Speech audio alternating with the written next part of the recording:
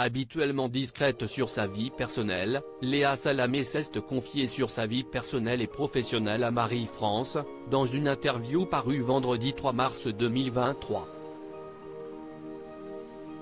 La présentatrice de Quelle Époque est notamment revenue sur la manière dont elle a évolué vis-à-vis de son statut de journaliste politique, en particulier depuis qu'elle est à la tête du talk-show de France 2.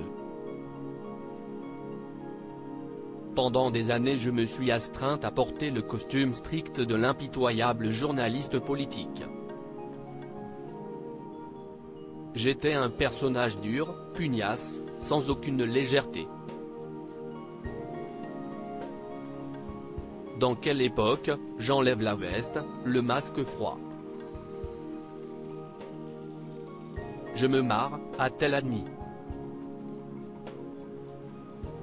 En effet, si la co-animatrice de la matinale de France Inter admet que le travail la structure, elle a décidé d'arrêter de gommer les aspérités, effacer l'Orient, lisser l'exubérance, les émotions qui la terrassaient. Désormais, CIST s'en faut semblant qu'elle poursuit son parcours.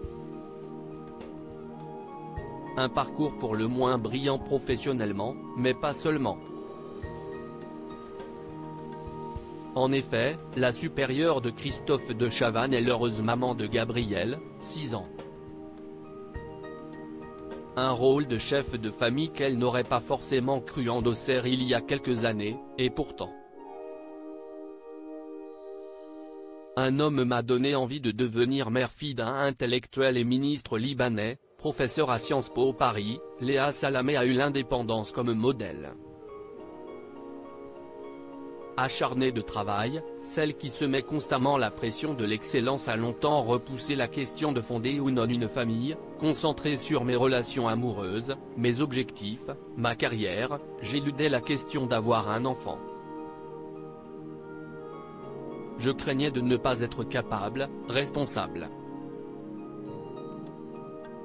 Une rencontre, fin 2015, a fait l'évidence. Un homme m'a donné envie de devenir mère, a-t-elle déclaré. Cet homme, CIST l'essayiste et militant Raphaël Glucksmann. Un coup de foudre et prise de conscience pour la journaliste. En 6 mois, j'étais enceinte, a-t-elle confié. Un tournant sans précédent dans son quotidien de femme active, qui a continué de développer sa carrière tout en élevant son fils. Pour cause, même avec un compagnon féministe, impliqué, celle qui menait sa carrière de Française retrouvée à gérer 90% de la charge mentale de sa famille. Une responsabilité qu'elle ne lâcherait toutefois pour rien au monde, aussi trépidante soit-elle. Cette vie de famille reste un plaisir.